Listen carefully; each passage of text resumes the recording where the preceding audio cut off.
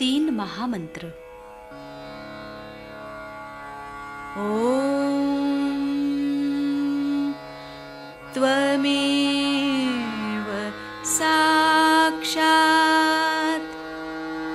श्री महालक्ष्मी महासरस्वती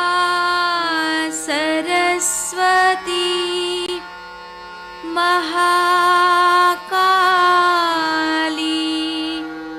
त्रिगुणात्मिका कुंडलिनी साक्षात् श्री आदिशक्ति माताजी श्री निर्मला देव्यै नमो नमः। ॐ त्वमेव साक्षात् श्री कल्की साक्षात् श्री आदिशक्ति माताजी श्री निर्मला देव्यै नमो नमः। ॐ त्वमेव साक्षात् श्री कल्की साक्षात् श्री सहस्रार स्वामिनी मोक्षप्रदायिनी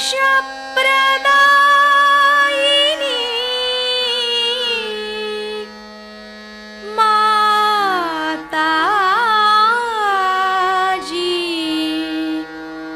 श्री निर्मला देव्यै नमो नमः। श्री गणेश मंत्र।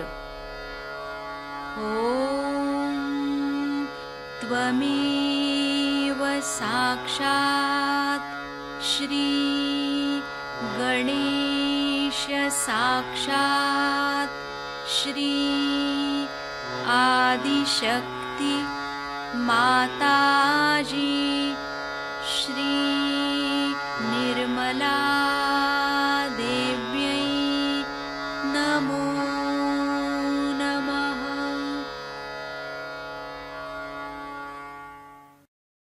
जय श्री माता जी।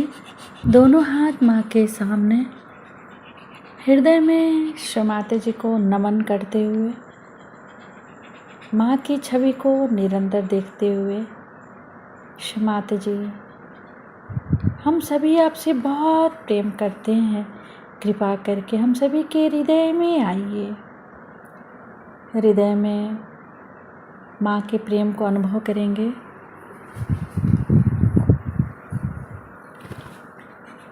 श्री माता जी हम सबको क्षमा कर दीजिए, हम सभी अज्ञानी हैं।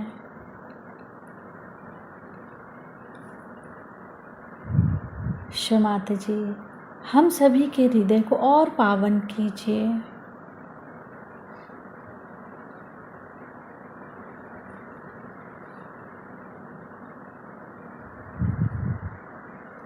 माँ की छवि को बीचों बीच हृदय में स्थिर करते हुए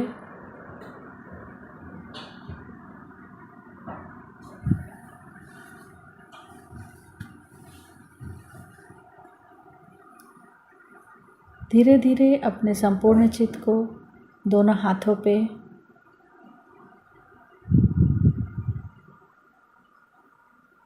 धीरे धीरे अपने संपूर्ण चित्त को सेंटर स्वादिष्ठान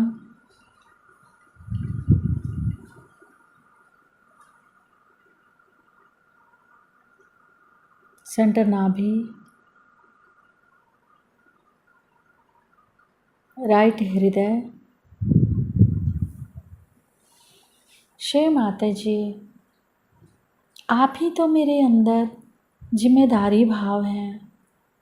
श्री माता जी, कृपा करके हम सब के अंदर जिम्मेदारी का भाव उत्पन्न करें। श्री माता जी, आप ही तो श्री सीता और राम हैं। कृपा करके हमारे अंदर मर्यादा दीजिए, हमारी वाणी में, हमारे चित्त में, हमारे कर्मों में मर्यादा दीजिए। संपूर्ण चित्त राइट हृदय, दाहिने हृदय पे।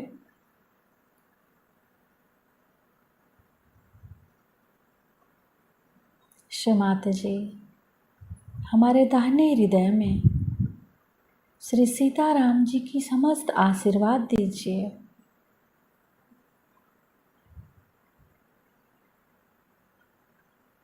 अपने चित्त को राइट हृदय पर क्लॉकवाइज 7 टाइम्स घुमाएंगे।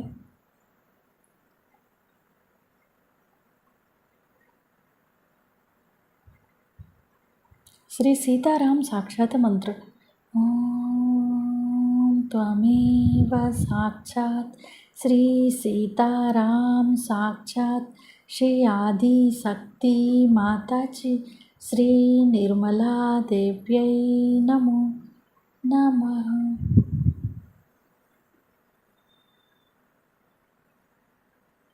अपने राइट हृदय से सिर के तालु भाग को जोड़ेंगे। राइट हृदय और सिर का तालु भाग जब तक दोनों जगह चैतन्य ना आए हम मिलाते रहेंगे राइट हृदय और सिर के तालु भाग को।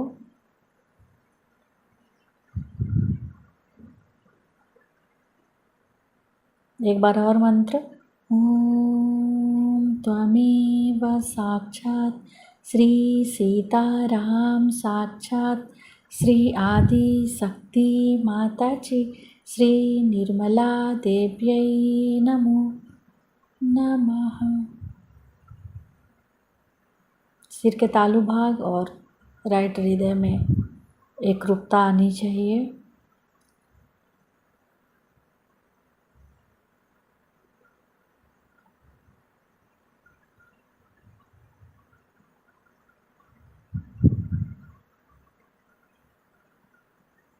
पूरे चित्त को सिर के तालु भाग पर रखकर अमृतवाणी सुनेंगे। आज सवेरे मैंने आपसे बताया था अंग्रेजी में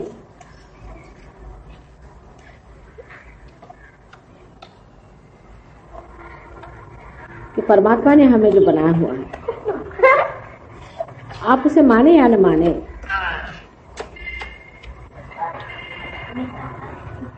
उसका अस्तित्व आप समझे या न समझे, वो है। और उसने हमें जिस प्रकार बनाया, जिस तरह से बनाया है, वो भी एक बड़ी खूबी की चीज है।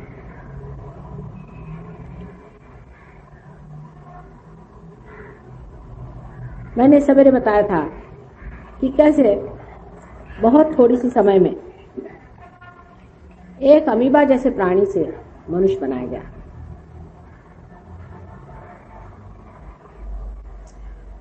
और अब मनुष्य बनाया गया सो क्यों, और आगे उसका क्या होने वाला है, या ऐसे ही अब ऐसे ही भटकता रहेगा।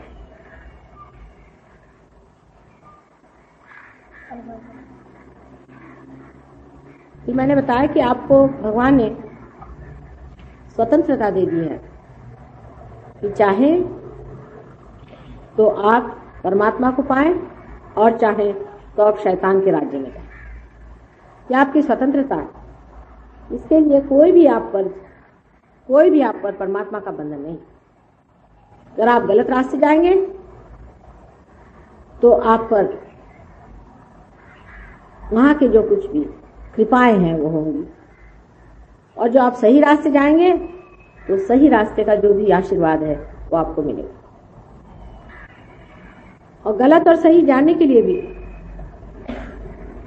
बहुत बड़ी बड़ी हस्तियां संसार में आई, इनको हम अवतार कहते हैं, अवतरित हुए।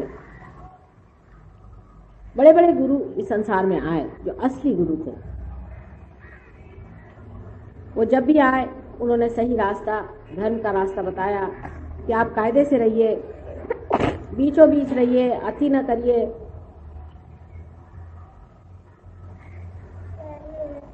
धर्म के नाम पर जब जब कोई संकट आ गए और जब ये देखा गया कि संसार से मनुष्य नष्ट होने पर आया है, तब तब ये संसार में अवतार हुए हैं। अब इन अवतारों को संसार में आकर के जो कार्य करना था वो उन्होंने किया, लेकिन इसका मतलब ये नहीं है कि वो अवतार हुए और खत्म हो चुके। उनका भी अपने अंदर निशान बना हो, उनके भी अपने अंदर माइलस्टोन्स बने हुए, उनका भी चित्र हमारे अंदर बना हो। वो भी हमारे अनेक जो हमारी प्रगति होती गई, उसके रास्ते पर अलग अलग जगह अपने अपने मंदिर बना के बैठ गए।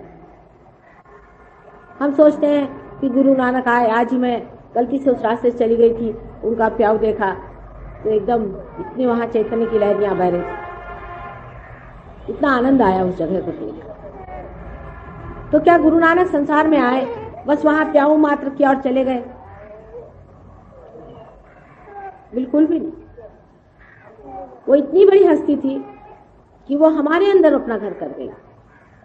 हमारे अंदर उनका एक स्थान है, गुरुओं का हमारे अंदर जो स्थान है, उसी का इन्होंने सब कुछ बनाया हुआ।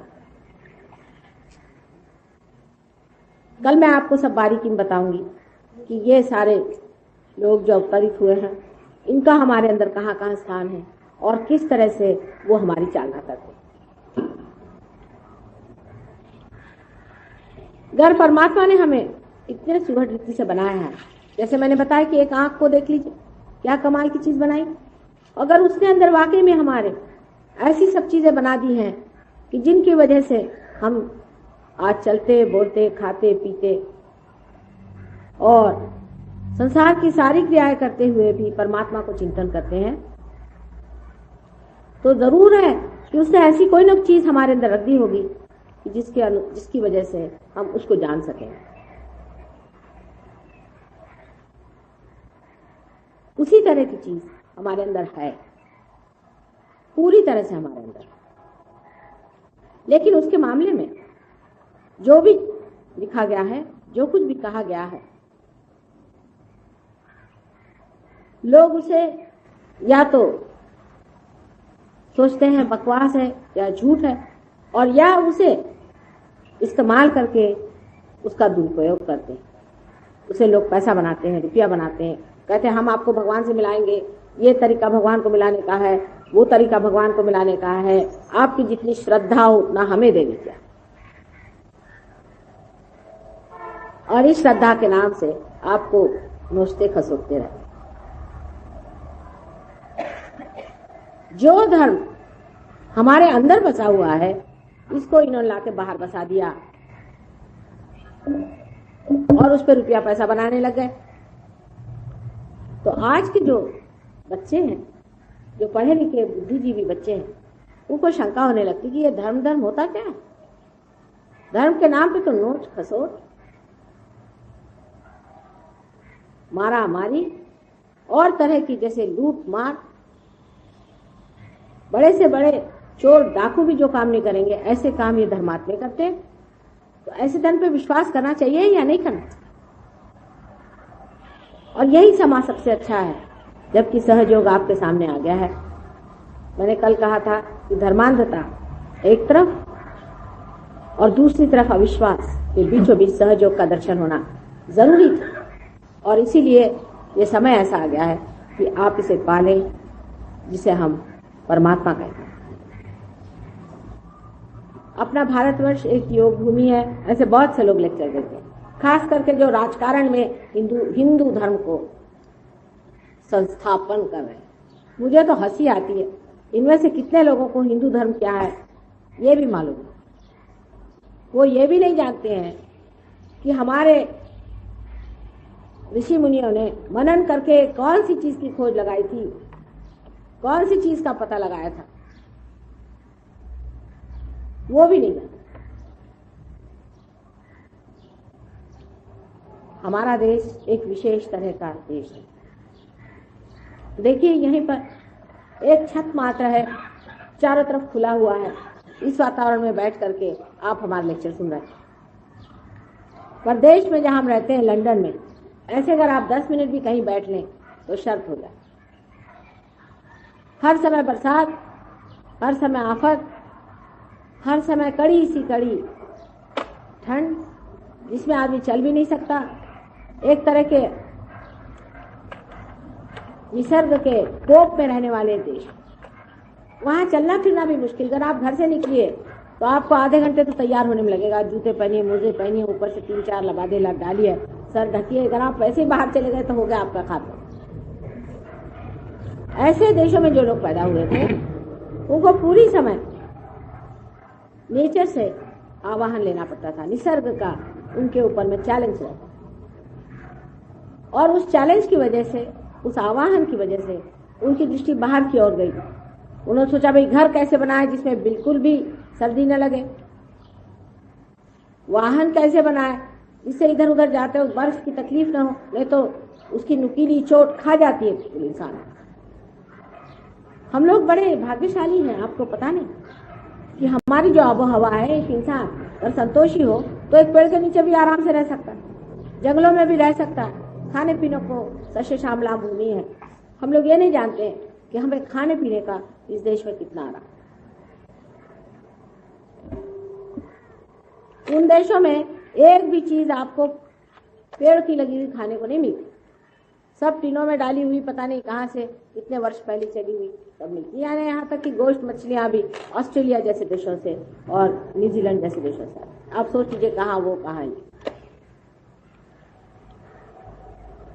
और यहाँ पर आपको जितनी चीजें उपलब्ध है उन देशों में नहीं।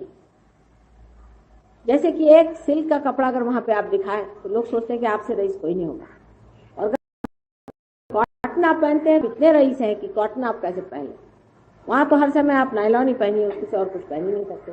और कॉटन भी पहनते उसमें भी नायलॉन मिला रहता है, क्योंकि वहां इतना महंगा है कॉटन पहना कि लोग तरसते रह जाते हैं।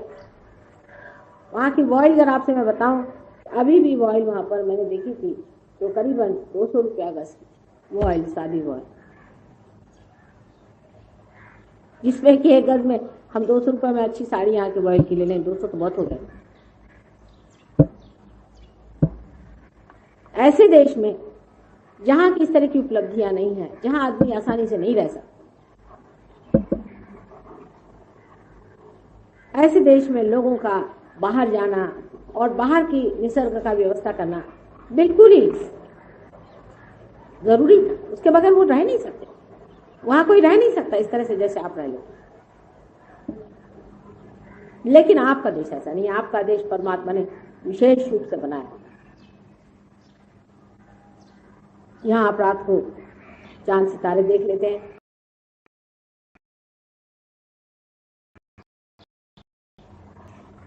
वो तरस।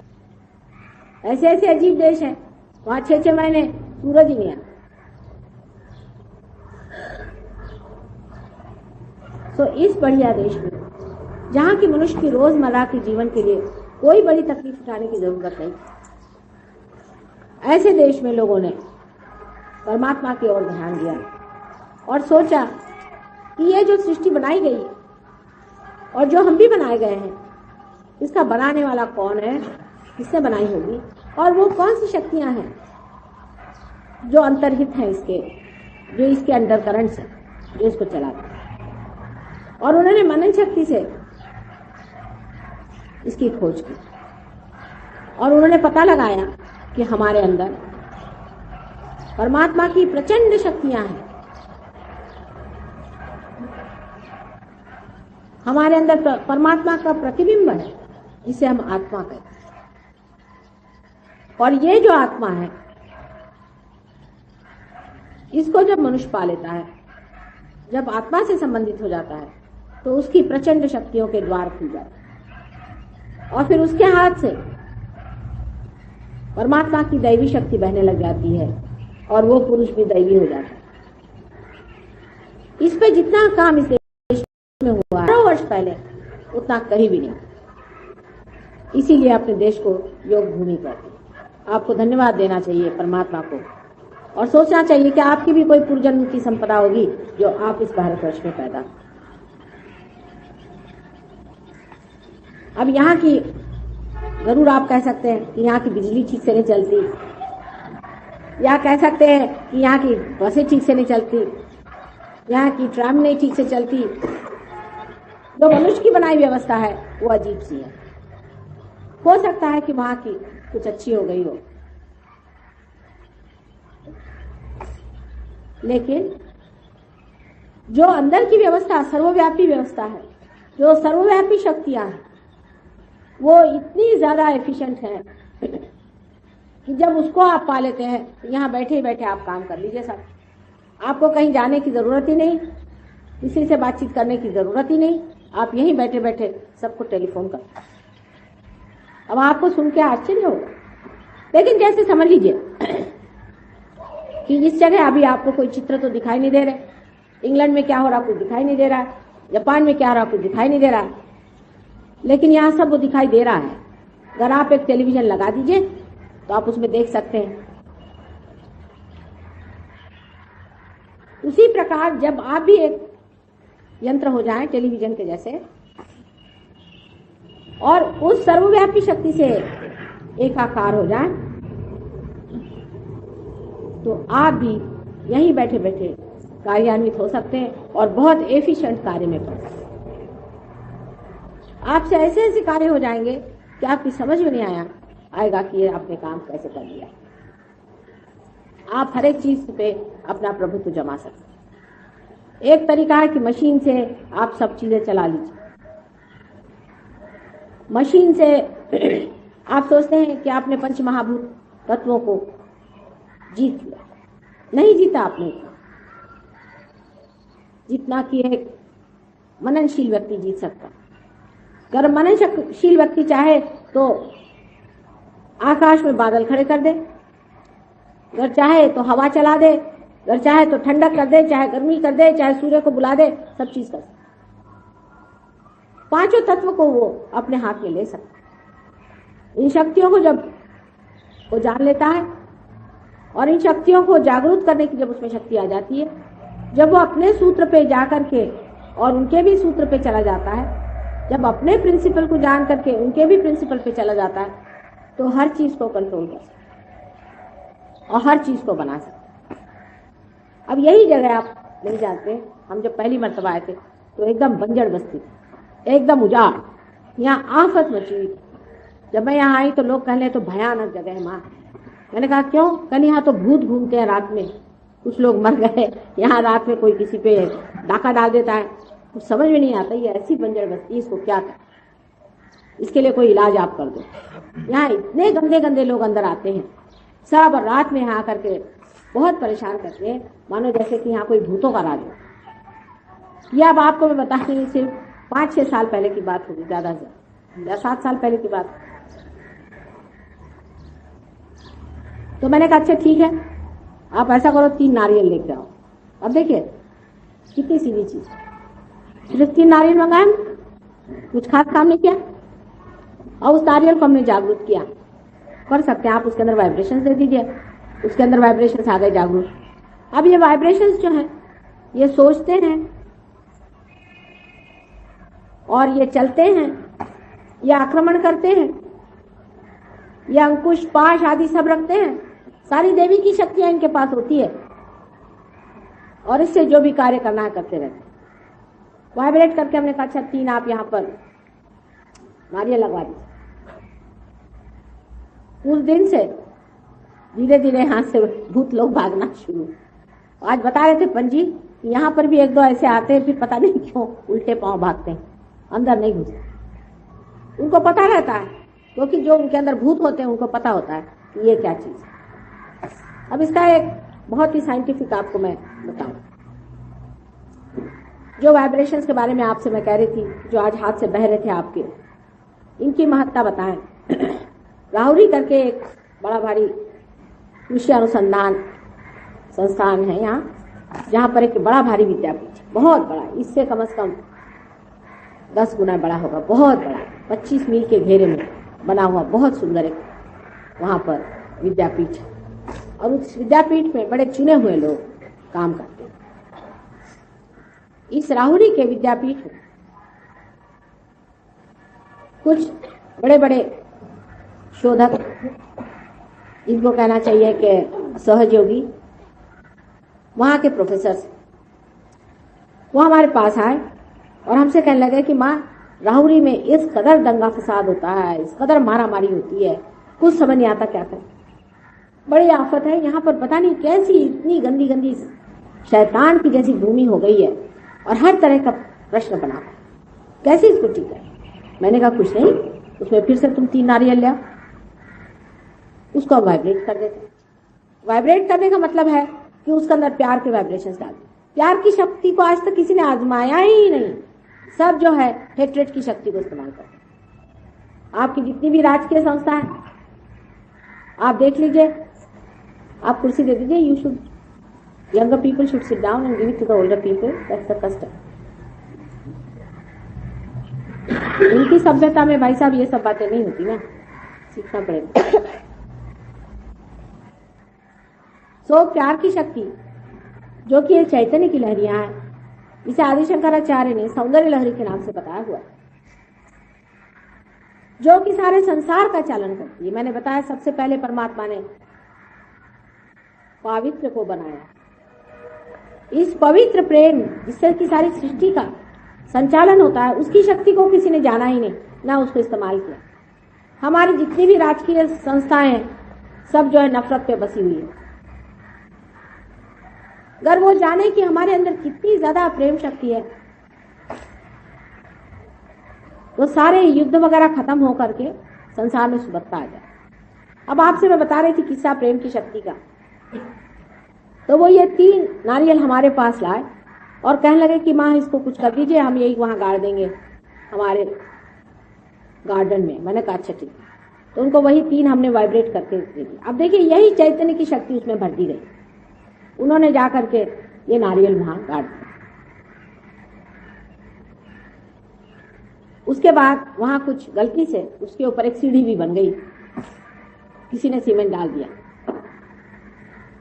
कुछ दिनों बाद उन्होंने देखा कि वो सीमेंट सब टूट गया और उसके अंदर से 3 पेड़ निकला।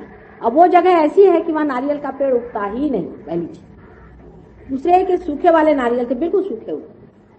वो सूखे नारियल मुझे ला के दिए उन्होंने, जो कि कहीं भी नहीं उगते, वो भी वहां उगाए और उसके अंदर से 3 पेड़ निकल आए। और जब इन 3 पेड़ों का हाथ करके देखा गया, उसमें से वाइब्रेशन आ गए। उसके बाद आज वही यूनिवर्सिटी जिसमें इतनी दंगा फसाद और इतनी आफत मचती थी, आज बहुत सुंदर तरीके से चलने लगे। उन 3 नारियल की वजह से। उन लोगों से आप जाके पूछ सकते हैं बात सही है या नहीं। पहली मर्तबा जब आदमी परमात्मा को पाता है, जब उसके अंदर से आत्मा का स्पंदन बहता है, तो पहली मर्तबा वो निसर्ग को कुछ देता है। हर समय हम निसर्ग से लेते रहते हैं, हम उसको कुछ दे नहीं पाते। पहली मर्तबा मनुष्य चैतन्य उसे दे करके और जागरूक कर सकता है। इसका एक और उदाहरण बताएं हम कि एक साहब थे, उन्होंने बहुत सा गेहूं उससे वाइब्रेट करा लिया और उसको बोया एक खेती में। वो भी उन्हीं, ये भी अनुसंधान संस्था है और गवर्नमेंट की रिकॉग्नाइज्ड, मतलब गवर्नमेंट की संस्था है और जिसमें बड़े बड़े संशोधक और शास्त्रज्ञ हैं। उन्होंने वो गेहूं बोए और बो करके उसका जो गेहूं का दाना आया तो एकदम मोती के दाने जैसा, और इतना सुंदर और इतना चमकता हो, एक अजीब तरह की उसकी रौनक। उस गेहूं को उन्होंने बोरों में भरकर, क्योंकि वो भी 10 गुना आया, जो कि पहले आता था उससे 10 गुना आया। उसके बाद उस गेहूं को बो करके उन्होंने जब उसको देखा कि इतना ज्यादा बढ़ गया है, तो उन्होंने उसमें से सोचा कि कुछ इसमें से गेहूं बीज के लिए रख दिया जाए। तो उसको बोरे बना करके उन्होंने गोदाम में रखा और उसमें किसी तरह से चूहों का बड़ा प्रकोप हो गया।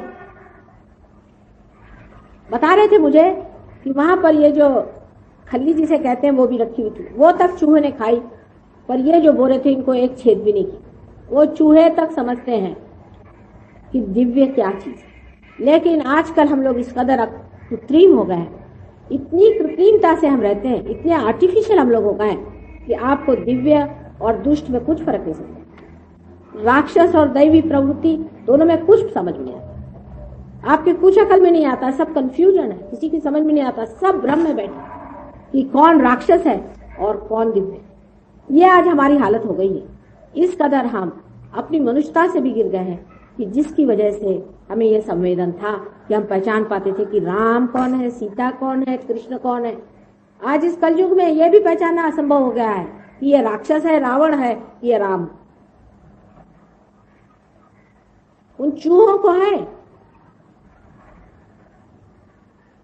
इसी प्रकार अनेक आपको मैं बातें बता सकती हूँ जिससे ये दिखा सकते हैं ये जो चैतन्य हमारे अंदर से बहने लग जाता है, इस चैतन्य से हम संसार की सब चीज पर प्रभुत्व करते हैं, राज्य करते हैं, लेकिन ये प्यार का और प्रेम का राज्य।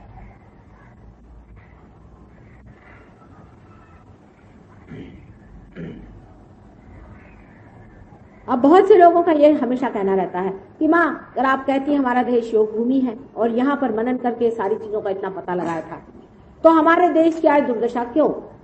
सभी लोग मुझसे पूछते हैं तो हमें बड़ा सच्चे श्यामलाम होना चाहिए।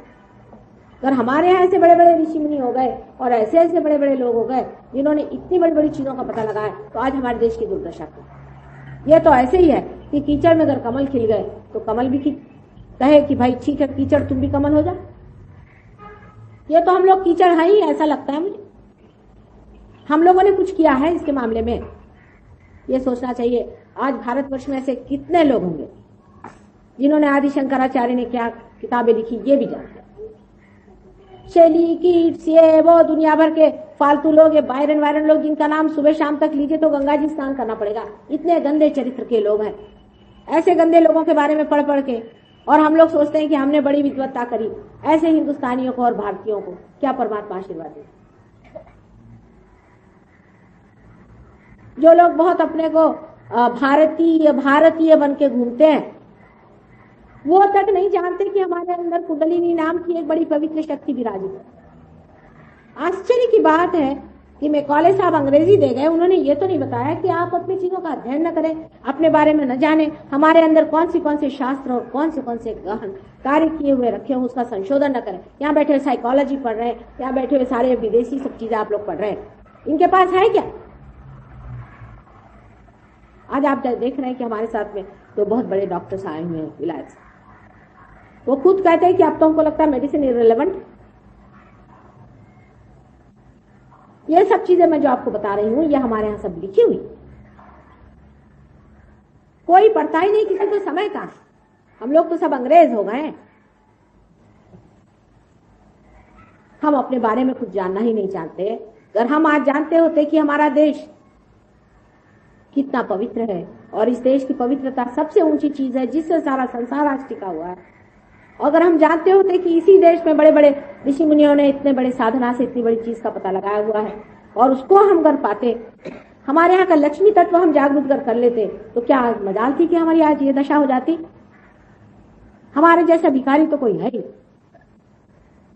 और इतने अंधेपन की हद है कि घर में सारी लक्ष्मी संपदा भरी हुई होते हुए भी हम लोग इन परदेशियों के और हाथ अपना बढ़ाते हैं। और वहां से कौन से ज्ञान को आपने संपादन किया?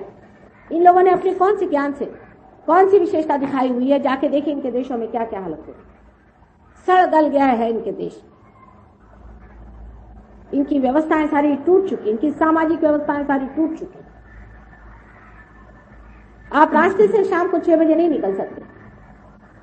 इस कदर अराजकता, चोर, उचक्के बच्चे पैदा हो रहे हैं वहां पर। एकदम राक्षसी प्रवृत्तियां वहां पे विहार कर रही हैं। हालांकि हम लोग भी उनका अनुकरण कर रहे हैं, हम कुछ कम थोड़ी हैं। इतनी गदापंथी वो करेंगे उससे ज्यादा हम करके अंग्रेज बनने वाले हैं। इसी में हमारी सारी विशेषता आ गई है। संस्कृति के नाम पर भी जो कुछ हम बेच रहे हैं और जिसका हम ढिंडोरा पीट रहे हैं उसमें कोई तथ्य नहीं। हमारा जो तत्व है उसे हम लोग खोजते नहीं। हमारा जो अन्वेषण हुआ है, जो हमारी मालूमात, उस चीज को कोई जानना नहीं चाहता। और जो दो चार आए भी जिन्होंने कहा भी कि हम जानते हैं, उनसे बढ़ के चोर मैं कोई देखती नहीं। कुंडलिनी के नाम पे दुनिया भर की गंदगी करना, यही काम आजकल तांत्रिकों का होता है। कुंडलिनी आपकी माँ।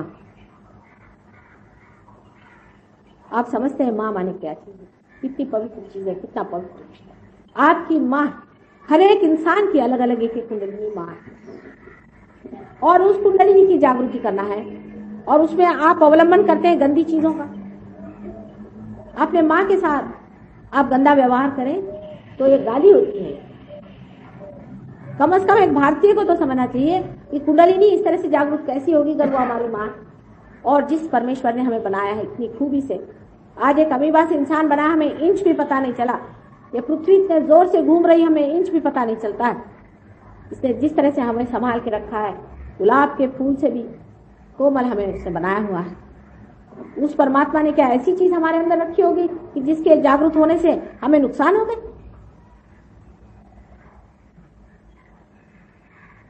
उसके बारे में कुछ भी जानना दकियानुसी हो गया। इस तरह की उलझलूल हालत है, जबकि एक तरफ धर्मांधता खड़ी। कबीर ने ललकारा, नानक ने ललकारा है, तुकाराम ने ललकारा है, ज्ञानेश्वर ने कहा हुआ। किसने नहीं कहा कि धर्मांधता परमात्मा नहीं? तो उनको पकड़ पकड़ के सूली पे चढ़ा। इसी देश में लोगों को सता। सरमत को आपको मालूम है उसकी गर्दन कटवा।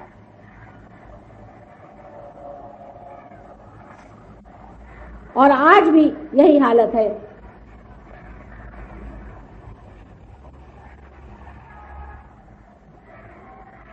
हमें वो लोग अच्छे लगते हैं जो कुछ सर्कस दिखाए, थोड़े बहुत बेवकूफ बनाए, और वो लोग बहुत अच्छे लगते हैं जो थोड़ा बहुत आपसे रुपया पैसा लें। क्योंकि माता जी कहती कि मुझे आप क्या दोगे बेटे, मैं तुम्हारी माँ हूं, ऐसी बात नहीं करना, तो माँ नहीं पसंद हो। अगर आप किसी को 2-4 पैसे से खरीद सके तो आपका अहंकार भी तृप्त होता है, इसलिए आपको ऐसे लोग पसंद आते। और वो अच्छे आराम से आपके अहंकार को तृप्त करके 30-30, 40-40 करोड़ रुपया बना करके आपको बेवकूफ बना करके एक दिन उड़ जाएंगे। और आपको बेवकूफ बनना ही अच्छा लगता है तो बेवकूफ बने रहिए, पर कम से कम इसका दोष परमात्मा को नहीं देना चाहिए। इसका दोष मनुष्य का है, विशेषकर भारतीय लोगों का है। इनका चित्त गया कहाँ है? आज भारतीय लोगों का चित्त कहाँ अटका हुआ? पहले तो ठीक था, गुलामी थी, गुलामी की जंजीरें थी, उसे तोड़ना। गुलामी भी नहीं आती अगर हमारा चित्त इधर रहता था।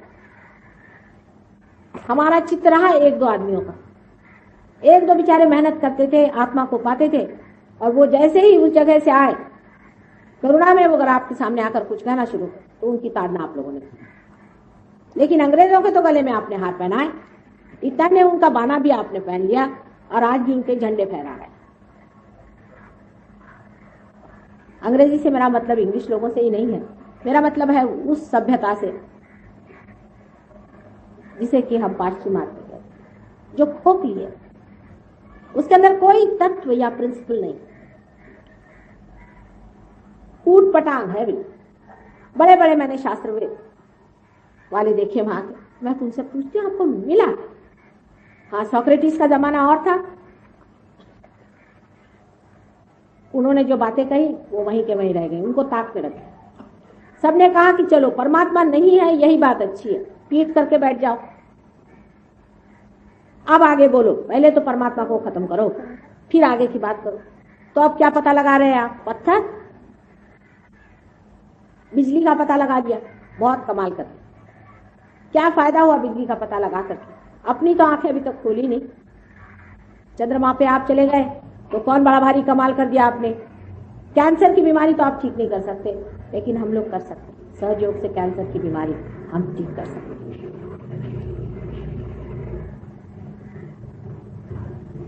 इतना रुपया वो लोग खर्च करके, इतना उपद्व्याप करके उन्होंने क्या दिया? शराब। और आज की उनकी सभ्यता जो उनके घरों को तोड़ रही, सबको बिठा रही है। हमारी जो पुरातन चीजें हैं उसकी ओर आपको ध्यान ले जाना चाहिए और सोचना चाहिए कि हमारे शरीर के बारे में जो कुछ भी वर्णन किया गया है कि हमारे अंदर अंतर्हित जो जो शक्तियां हैं, जिसे हम देवी शक्ति के नाम से जानते हैं, उसे पहचाना चाहिए। इतना ही नहीं, लेकिन जिसे हम आत्मज्ञान के नाम से जानते हैं उस आत्मा को पाना चाहिए। उसकी व्यवस्था जितनी इस देश के लोगों में है उतनी उस देशों के नहीं। वहां हजारों लोग मेरे प्रोग्राम में आते हैं, भीड़ हो जाती है, लेकिन पाने वाले कम होते हैं। यहाँ पर बहुत कम आते हैं, लेकिन सब के सब करीबन पा लेते। कहते हैं ना कि दांत है तो चने नहीं, चने हैं तो दांत नहीं, वो हालत। यहाँ लोग आते ही नहीं, उनको फुर्सत नहीं है। बहुत बिजी लोग हैं अपने देश में, लड़ाई झगड़े करने में, एक दूसरे के गले काटने में इस कदर बिजी हैं, उनके पास फुर्सत नहीं है आत्मा का ज्ञान लेने। कौन पड़े ऐसे झगड़ों में। लेकिन जो सारे ज्ञानों का ज्ञान है, जिसका पाना सारे ही पाने से ऊंचा होता है, उसको पाना चाहिए। और वो टाइम आ गया, इसलिए आप लोग पा रहे हैं। कहते हैं जिसे कि ब्लॉसम टाइम, बाहर का टाइम आ गया, इसीलिए आप इतने लोग इसे पा रहे हैं। इसे पा लेना चाहिए। मैं आपको बताना चाहती थी कि कुंडलिनी क्या है और कहाँ स्थित है, उसके चक्र वगैरह कहाँ है, लेकिन अब इन लोगों को आप देखिए कि कोई लाए नहीं उसको। तो कल मैं बताऊंगी आपको सवेरे फिर कि ये कुंडलिनी क्या है, कहाँ बसती है और किस तरह से उत्थापन होता है इसका, और इसके जो अनेक चक्र हैं वो कैसे बसे हैं, और उसमें कौन से देवता, ये देवता कैसे होते हैं या नहीं, इसकी क्या स्थिति। एक छोटी सी बात आपसे बताएं कि जो मैंने अभी कहा था, ये भवसागर जो बना हुआ हमारे पेट में, जो कि हमारे नाभि चक्र के चारों तरफ में है, इसमें मैंने कहा था कि 10 गुरु मुख्यतः आए। ये 10 गुरु अगर आप पुराने जमाने से देखिए तो मोसेस, अब्राहम, सोक्रेटिस आदि करते करते राजा जनक, उसके बाद में मोहम्मद साहब, गुरु नानक, आखिर में आप अगर आए तो अपने शिरडी के साईनाथ, ये सब एक ही तत्व के अवतरण, एक ही तत्व के दत्तात्रेय। अगर ये बात कही जाए तो शास्त्रज्ञ घबरा जाएंगे कि माता जी ये कहाँ बात कर। लेकिन उसी शास्त्रज्ञ को जब पेट का कैंसर हो जाता है, तब देखिए क्या होता है, तब नक्शा दूसरा, और वो डॉक्टर हो तो उससे भी बढ़िया नक्शा बन जाता है। एक तेहरान के डॉक्टर थे, उनको पेट में कैंसर की बीमारी, वो मेरे पास आए तो मैंने कहा भाई देखो कि तुम जरूरत से ज्यादा धर्मांध हो, कहने ठीक है। हाँ कल हूं, मैं तो बस इस्लाम को मानता हूँ, इस्लाम की इतनी सी भी चीज जानते नहीं, मोहम्मद साहब को जरा सब पहचानते नहीं। हाँ मैं तो इस्लाम का। मैंने कहा अच्छा, इसीलिए आपको कैंसर होगा। कहा क्या? मैंने कहा हाँ, इस तरह की कर्मठता से ही कैंसर की बीमारी पेट में हो जाती, बहुत बार हमने देखा। तो कहला अच्छा, तो मैंने कहा तुमसे मोहम्मद साहब खुद नाराज। कहले क्यों? मैंने कहा उनका जो अवतार हुआ है तुम नानक का, उनको तुम मानोगे? कहले कभी भी नहीं, मैं तो नहीं मान सकता उनको। मैंने कहा फिर मैं भी तुमको ठीक नहीं कर सकती, जाओ। चले गए, पर अब कैंसर की बीमारी, ऊपर से डॉक्टर, तो मालूम है कि ठीक तो होने नहीं वाली। तो फिर आप अच्छा कहो माँ, तो मैं मानता हूँ। मैंने कहा चलो अब गुरु नानक को नाम लो, दत्तात्रेय का नाम लो। शुरू कर दिया उन्होंने, उनकी तबीयत ठीक हो। ऐसे एक ब्राह्मण देवता है, एक बार अभी पूना में गई थी, तो पूना आपको मालूम है ब्राह्मणों का गढ़ है। ये ब्राह्मण थोड़ी होते हैं, जो कि पार नहीं हुए वो ब्राह्मण नहीं होते। द्विज, जो दूसरे बार पैदा हुए वही ब्राह्मण। द्विज की कोई जात नहीं होती, वो जाति से परे गुणाती, बड़ी ऊंची चीज है ब्राह्मण होना। जन्म से कोई ब्राह्मण नहीं होता। ये भी अलग अलग गलत फहमियां हमारे अंदर बैठी हुई कि हम जन्म से ब्राह्मण हैं, हम ब्राह्मण कुल में पैदा हुए तो हम ब्राह्मण हैं। और काम काहे का करते हैं? तो जूते बनाते हैं, जूते की फैक्ट्री है ब्राह्मण।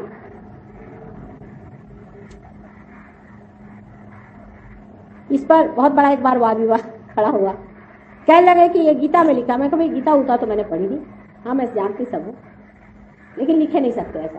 कहले क्यों? मैंने किसने लिखी गीता? कहले व्यास, व्यास मुनि। मैंने कहा व्यास किसका बेटा था? उसकी माँ कौन थी? डिमरिन थी, और उनका विवाह भी नहीं होता पराशर मुनि से, उससे पैदा होते व्यास मुनि। जिसके बाप का ही पता नहीं ऐसे थे वो व्यास मुनि जिन्होंने गीता लिखी थी, वो क्या ऐसा लिखेंगे कि जन्म से ही ब्राह्मण हो वही ब्राह्मण होता है? आप ही बताइए, कोई अपनी पैर पे कुल्हाड़ी मारेगा? वाल्मीकि कौन थे आप जानते हैं? हर जगह जहां जहां अवतार आए हैं आपने देखा है कि कृष्ण जाकर के विदुर के यहाँ साग खाई थी। क्यों खाई? ये नहीं कि उनको खाना नहीं मिलता था, जान करके उन्होंने जाके खा के दिखाया था कि जाति पाति का जो ये ढोंग ढकोसला है ये खत्म होना चाहिए। राम ने एक भीलनी के मुंह से बेर खाए। आप लोग खा सकते हैं? कोई बूढ़ी भेलनी गंदी मैली कुचैली कपड़े पहनी हुई, जिसके कि 2 ही दांत बचे हुए हैं, उन दांत को उन बेरों में खोप खोप करके ला दे, आप खाएंगे? आप में से कितने लोग हैं इस बेर को खाएंगे? पर श्री राम ने उसे खाया ही नहीं। उसका वर्णन इतना सुंदर है कि खा के कहते हैं कि देखो भाई सब मेरी बेर है, मैं किसी को नहीं देने वाला, ऐसे मैंने कभी खाए नहीं, अमृत तुल्य बेर है। तो सीता जी को छेड़ के कहते हैं कि तुमको भी नहीं देने वाला मैं। तो सीता जी कहती कुछ तो दे दीजिए, हमको भी प्रसाद। ऐसा भी किया, हम भी तो खा ले क्या, आप ही सब। तो पहले तो लक्ष्मण जरा नाराज खड़े हुए थे, तो सीता जी ने खा के मुंह बड़े खुशी से खोला, तो उनका हमें भी दे दीजिए भाभी जी, थोड़ा सा हम भी खा लें। इतना सुंदर वर्णन है उस प्रेम का जिस प्रेम से भीलनी ने दिया था। हर जगह प्रेम की महत्ता, हर जगह इस देश में, हर अवतारों में, हर गानों में गाई गई। क्या अभी भी जातीयता लेकर के उसमें से इलेक्शन लड़ते हैं? मैं तो कहती हूँ कि इन लोगों का दिमाग खराब है कि जाति जन्म के अनुसार हो ही नहीं सकती। ये तो हर एक की प्रवृत्ति के अनुसार बनाई गई थी, जिसकी जैसी प्रवृत्ति होती है ऐसे कहते थे।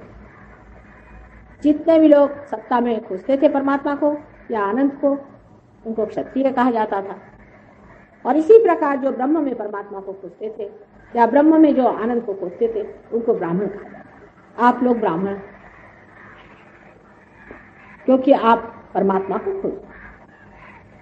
इस तरह की जाति पाति आदि अनेक तरह के विकृत काम करने से ही हमारे देश का आज ये हाल हो चुका।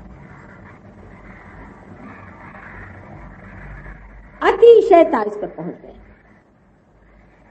कुछ समझ में नहीं आता है कि जब ये किसी भी शास्त्र में लिखा नहीं गया, अगर आप हिंदू धर्म के प्रणेता श्री आदि शंकराचार्य को मानते हैं तो उनको कभी पढ़ते ही, मेरे ख्याल से कोई अगर पढ़े तो उन्होंने तो यहाँ तक लिखा है कि न योगे न सांख्य, कुछ भी इसमें काम नहीं करता। उन्होंने कहीं भी जाति पर लिखा ही नहीं। मेरी समझ में नहीं आता कि कौन सी किताब पढ़ के आप जातीयता ला रहे हैं संसार। कहीं भी उन्होंने लिखा, उन्होंने सिर्फ माँ की प्रशंसा लिखी। विवेक चूड़ामणि जैसा विद्वत और इतना सुंदर ग्रंथ लिखने के बाद उन्होंने लिखा है सो चैतन्य लहरी या सौंदर्य लहरी, जो अपने माँ का ही वर्णन उन्होंने कर दिया। सारा मंत्र उसने उसमें लिखा हुआ, एक एक श्लोक में मंत्र लिख दिया। उस आदमी को समझने की जगह पता नहीं कहां से ढकोसले निकाल के लाए हैं और इसको हम इतने भारतीय हैं। जिस भारतीय को कुंडलिनी के बारे में मालूम नहीं और सही से पता नहीं, मैं उसको कभी भी भारतीय नहीं कहूंगी।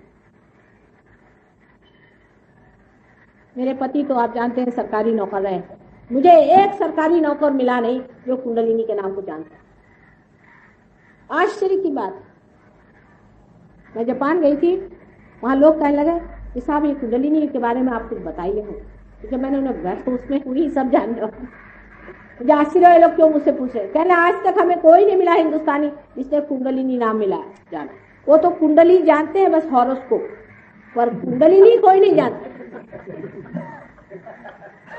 और इसका जो शोध है, इसकी जो खोज है, ये आपके सारे संसार के एटम बॉम्ब दुनिया भर की सब चीजों से ऊंची खोज। इसे सारा ही ट्रांसफॉर्मेशन इंसान का होगा। इतनी डायनेमिक है, इतनी प्रचंड इसकी शक्ति है। लक्ष्मी तत्व को जागरूक करने के लिए कुंडलिनी के सिवाय कोई मार्ग ही नहीं। बाह्य से जरूर इन देशों ने उन्नति कर ली है, लेकिन अंदर खोखले हो चुके हैं। हम लोगों ने बाह्य से तो उन्नति नहीं की और अंदर की जो कुछ चीजें हैं उसको भी जानते। अगर हम जागरूक हों उन शक्तियों के प्रति जिसका पता बहुत सालों पहले लग चुका है, जिसको सिर्फ जानना मात्र है, तो वो दिन दूर नहीं कि सारा संसार इससे सुख प्राप्ति करे, इससे आनंद लूटेगा। लेकिन हमको पहले ये जान लेना चाहिए कि हम एक भारतीय हैं और हमारा ये एक हक कि इसे हम जानें और इसे हम समझें। अब देखिए कि अमेरिका में और लंदन में डॉक्टर लोग हमें बुलाते हैं कि हमारे यहाँ आइए और आप हमें सब समझाइए। अभी तक मैं इसे किसी तरह से टालती रही। मैंने सोचा कि इसका खोज चाहे जो भी हो हिंदुस्तान में हुई हो इसकी खोज, पर यह है सारी हिंदुस्तानी चीज। गणेश तत्व मैं इन लोग को क्या समझाऊंगी। और यहाँ मैं डॉक्टरों से कहती हूँ, मेरे 3 बार लेक्चर कर चुकी, बस उसमें लिखते बैठे रहते पता नहीं क्या। लेकिन मैं कहती हूँ पहले पार हो जाओ तो समझ में आएगा, तो पार नहीं होते। बीमार हो तो पेशेंट भेज देते हैं, करें क्या इन लोगों से। और ऊपर से अब मुझसे कहते हैं कि आप सब स्टैटिस्टिक्स बना के लिखो किस किस को आपने ठीक किया। अब मुझे और कोई धंधा नहीं रहा। मैंने कहा तुम लोग नहीं समझ सकते, तुम मर्सिनरी हो। मैं कोई पैसे के लिए काम नहीं करती, ये प्यार की बात है, तुम्हारी समझ में नहीं आए। आपके अगर कोई खाना खाने वाले आए तो क्या आप उनके नाम लिख के भेजते हैं कितने लोग मेरे यहाँ खाना खा के गए, इसने इतने निवाले खाए, इसने ये खाना खाया, ये मेरे प्यार का भंडार है। मैं क्या इसका लिखते फिरूं कि मेरे दरवाजे कितने लोग आए और मेरे से प्यार कितने ले गए। ये भी कोई तरीका है? ये कोई शराफत है? ये कोई डिसेंसी है? पर ये पैसे कमाने वाले लोग कैसे मुझे समझेंगे। हाँ, अगर उस जमाने के वैद्य होते तो समझ सकते कि ये प्यार की बात। प्यार में हम बांट रहे हैं, जिसको लेना हो ले, जिसको समझना है समझ लो। ये सब चीज मुफ्त, ये पूरी तरह से मुफ्त चीज है। प्यार जो है इतना मूल्यवान है कि उसकी कोई भी कीमत आप लगा नहीं सकते, उसका कोई भी मूल्य आप दे नहीं सकते, उसका सिर्फ आनंद उठाने की बात है। और मैंने कहा आप मेरा सारा मजाक करा है, मुझे इस तरह की बातें मत सिखाइए, किस स्टैटिस्टिक्स बनाइए। मैंने कहा कोई मैंने आपको यहाँ पे ऑडिटर बनाया हुआ? क्या आप आकर के हर एक चीज का हिसाब किताब लिखाइए कि कितने लोगों को ठीक किया, कितनों की बीमारी ठीक करी, क्या क्या। मैं तो कभी किसी के पेपर्स भी नहीं जा सकती, मैं नाम तक नहीं पूछती हूँ। अभी आप जानते हैं सवेरे वो मल्टीपल स्क्लेरोसिस की लड़की आई थी, उसका मैं नाम भी नहीं जानती और वो ठीक हो गई। बस वो आके बैठ गई, चलो ठीक हो गई, काम खत्म। इसका नाम जानने की कौन सी बात है? क्या गंगा जी सबके नाम लिखते बैठती, कितनों ने उसके आंचल से पानी चुराया? इन लोगों को ये बात समझ में नहीं आ सकती, क्योंकि ये बारीकी, ये सुंदरता इन लोगों में नहीं, ये समझ नहीं सकते। बहरहाल जो भी हो, आप में से जितने लोग समझ लें और इसे पालें उतना ही मेरे लिए बहुत है। यही मेरे धन्य भाग है कि इतने लोग बैठ करके इसे लेने के लिए इस देश में अभी भी मंजूर हैं और आ रहे हैं। पर तो भी एक बड़ी भारी मैं बात आपसे कहूँ, आज भी मैंने कहा कि महाराष्ट्र में गांव में मैं काम करती हूँ और गांव में काम जोरों में होता है। यहाँ पर भी मैंने देखा है, जैसे देहरादून में गई थी, देहरादून में लोगों में बड़ी संवेदना है। इसी तरह से यहाँ के गांव में जब मैं काम शुरू करूँगी तो मैं जानती हूँ बहुत जोरों में काम होगा। शहर के लोग बहुत कृत्रिम हो जाते हैं, जैसे सवेरे कहा था, और आप लोगों के लिए चोर भी बहुत सारे तैयार हो गए। जैसे डिमांड होता है वैसे सप्लाई होता है, आपकी जेबें भरी हुई है, आपके लिए चोर भी हाजिर है। और वो आते हैं, आप पे फीस लगाते हैं, आप उनको फीस देते हैं, उनके लेक्चर सुनते हैं, ओ धन्यवाद समझते हैं, वाह भाई वाह, हम फलाने के शिष्य हैं, दिखाने के शिष्य हैं। और बीमारी क्या? तो पैरालिसिस। इस प्रकार आपको समझ लेना चाहिए कि अगर आपको ऐसी कोई जीवंत चीज चाहिए हो, उसके लिए अपनी आर्टिफिशियलिटीज को छोड़ना चाहिए। मेरे सामने आप सब बच्चे हैं और बेटे हैं, आप बड़े आदमी होंगे, राजा साहब होंगे, कुछ होंगे, मेरी नजर में बैठता नहीं, मेरी समझ में नहीं, मेरी अकल नहीं, उससे बिल्कुल मेरी अकल नहीं। इसलिए आप बिल्कुल नम्रता पूर्वक इस चीज को स्वीकार करें और इसे माने और इसमें फिर जमे। जो इसमें जमता है वही पाता है, और जो जमना नहीं चाहता और जो बहुत सुपरफिशियली रहता है उसको ये छू जाती चीज फिर खत्म हो जाती। इसमें गहरी चीज है और गहरा आदमी चाहिए, और आप में गहरापन है तो आप बहुत कुछ पा सकते हैं। एक बात जरूर कहूंगी, चाहे जो भी हो, पाश्चिमात्य देशों ने जिस तरह से अपनी प्रगति कर ली है, उसमें उन लोगों ने एक चीज को पा लिया कि संसार की जो जड़ता है उससे कभी भी आनंद नहीं मिलता। जड़ता से सिर्फ हम एक फॉर्म से दूसरा फॉर्म बनाते रहते हैं, सब मृत्यु की स्थिति बदलते रहते हैं। अगर मरा हुआ पेड़ है तो उसकी कुर्सी बना लेते हैं, पर हम कोई भी चीज से आनंद नहीं पाते, उल्टे हमें आंकते लग जाए।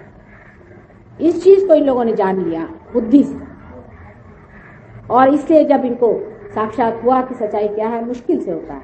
मैंने आपसे बताया कि इन लोग का जागरण मुश्किल से, लेकिन जब हो जाता है तो जम जाता है। इन लोगों ने सब कुछ पढ़ डाला है, आदि शंकराचार्य पढ़ डाला। ये आप इनसे सुनिए, आपको आश्चर्य होगा कि ये पंडित कहाँ से आ गए। ये एक से एक विद्वान लोग, उनमें से थोड़े से यहाँ आए, लेकिन ये महाविद्वान लोग, और इनको आप देख के आश्चर्यचकित होंगे कि इन्होंने सब चीज छोड़कर इस पर कैसी जान लगाई और किस तरह से इसको मास्टर। आज आश्चर्य की बात यह है कि भारतीय अनुसंधान या भारतीय शास्त्र या भारतीय खोज को करने के लिए मुझे वहां जाना पड़ा है। कुछ ऐसा इत्तेफाक हुआ कि हमें जाना ही पड़ा, हमारे पति वहां इलेक्ट हो गए, जाना पड़ा, और वहां हमें ये लोग मिले हैं जिन्हें यहाँ लाना पड़ा कि आप लोगों की जागृति करें। वो दिन कब आएगा कि इस भारतवर्ष के नौजवान सिनेमा के चक्कर और ऐसी फालतू की चीजें छोड़ करके कुछ गहरेपन में उतरे और यहाँ से परदेश में जा करके अपनी देश की महत्ता बढ़ाए। इतना ही नहीं, ये जीवंत कार्य, ऐसा दिन कब आएगा बताइए। मैं उसी दिन की राह देख रही हूँ कि ऐसे नौजवान सामने आए और अपने को इसमें समर्पित करें और इसे स्वीकारें। परमात्मा आपको शांति दे। Raga Malkos, please put your attention on Bhavsagar. I feel when I listen Raga Malkos, this is the Raga of our dignity, of our principle. Let's enjoy Raga Malkos.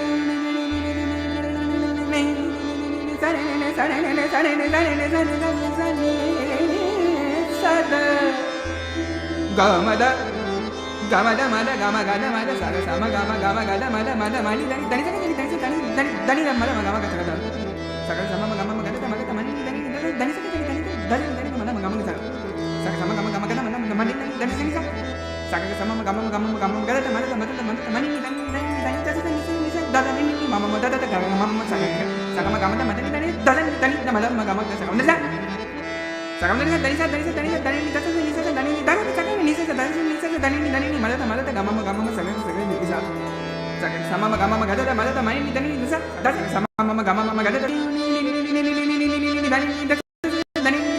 da ni sa da ni ma da gama gama sa sa ni sa da ni sa ni sa da ni ma da gama gama sa sa ni sa da ni sa ni sa da ni ma da gama gama sa sa ni sa gama da ne da gama da ne da gama da